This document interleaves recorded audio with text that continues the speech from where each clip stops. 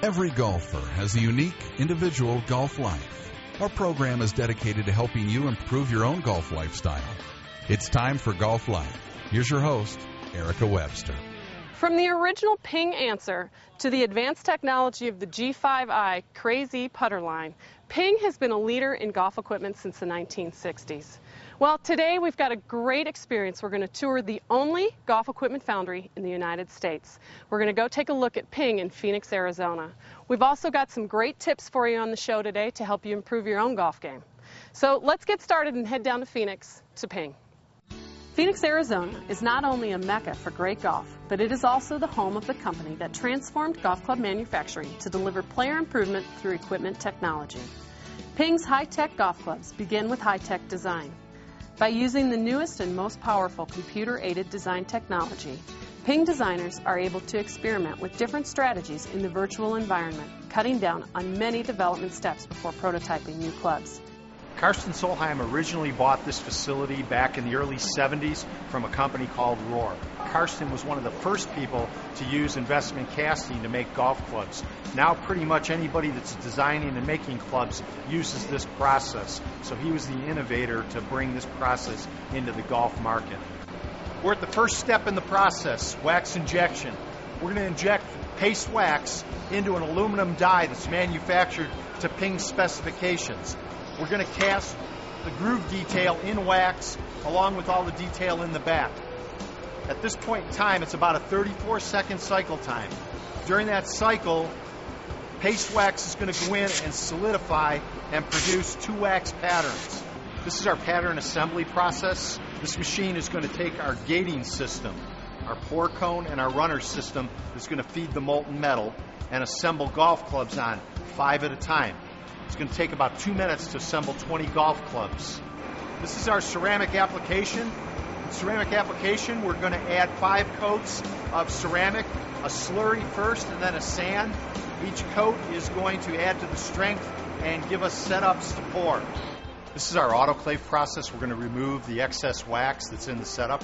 Again, we've enveloped the wax pattern in our ceramic. The wax is still left in the setup and we have to remove that. To do that, we're going to use a steam autoclave. Steam autoclave is going to be 100 pounds per square inch. 100 pounds per square inch of steam equates to 300 degrees. The 300 degrees will melt the wax out. During that melting process, the wax is going to expand. That expansion could crack our shell system, but the extra 100 pounds per square inch of pressure keep the setup from cracking.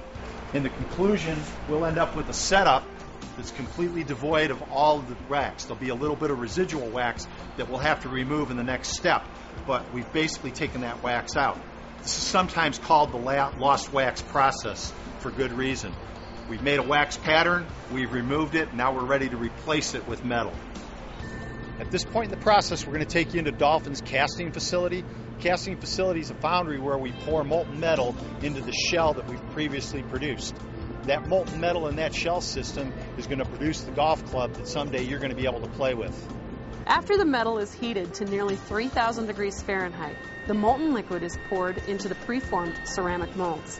When they've cooled, the molds are stripped away from the formed metal. The assemblies are sawed apart and each club head is ground and polished to perfection. The club heads are tested to ensure they conform to Ping's exacting specifications before they are released to be assembled into the world's most recognizable golf clubs. Well, this room is our iron assembly room.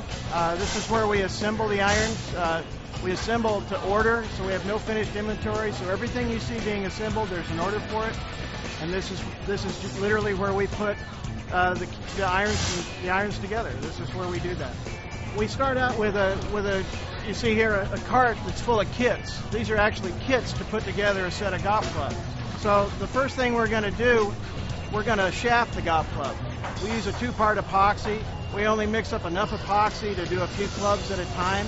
The tool that they use to mix the epoxy, they'll actually take that tool and put the epoxy into the hosel of the golf club. And then before they put the head on the shaft, they'll roll that shaft in the same epoxy. Then they'll go ahead and slide the head on the shaft. They'll align the shaft label.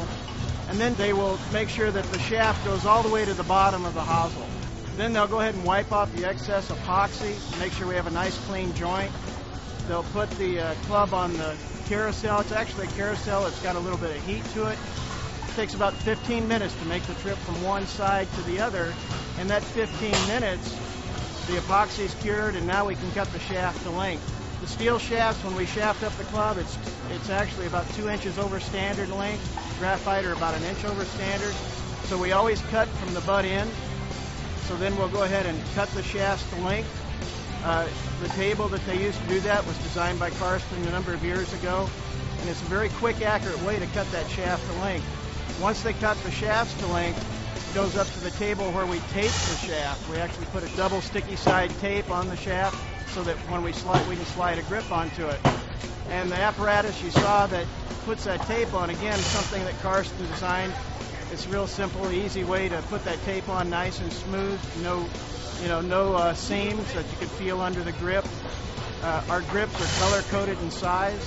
So, if the grip size that you wanted falls in between one of those color-coded sizes, we can put extra layers of tape on there to get you in between a color-coded size, or we can build up just the right-hand area or just the left-hand area of the grip. There's a lot we can do to the grip to customize it for you. Once we have the tape on, we're going to slip the grip on. When you watch them do that, the technician actually dips the taped end of the shaft into a petroleum-based product, and then they put the iron in the vise, and they have an alignment guide that they align the club square before they close the vise. Once they do that, as they slide on the grip, they've got a laser that goes right down the center of the shaft that helps them align that grip perfectly straight. Once it's gripped, then the clubs go over to the Loft and Lie Table, which is where we adjust the lie angle of the golf club. Very important with our custom fitting system. It's really the heart and soul of our business is that Loft and Lie Table. So we adjust the lie angle and the loft, because if we adjust the lie, we do have to adjust the loft. If we were to adjust just the loft, then we'd have to adjust the lie. That's the geometry of the way the golf club works. If you change one, you have to change the other. We say that metal has a memory, and it does. If we were to gently bend those clubs into place, they'd want to walk back to where they started. So by using the mallet, we say we're shocking the memory out of the metal. Really what we're doing is called stress relieving, but it does allow the club to stay put once we adjust it. But then after Loft and Lie is done, now we go over to the swing weight scale, where we swing weight each club, and this tells us how heavy of a weight needs to go on that custom tuning port to bring the club up to exactly what swing weight was requested or ordered. When the technician puts the club on the swing weight scale, she's read the barcode from the order tag into the computer, and when she puts the club on that scale, it gives her two numbers on her screen. One tells her what swing weight was requested or ordered, and the other tells us what swing weight the club is right now before we add the weight. With that information, the computer figures out how heavy of a weight needs to go on that custom tuning port, and the technician will pull the weights for each club in the set, puts them on a card with some sticky tape on it, and then the set of weights with the set of irons goes to the next technician who's going to epoxy the weight into the custom tuning port. A lot of people feel that little medallion in there is strictly just for looks.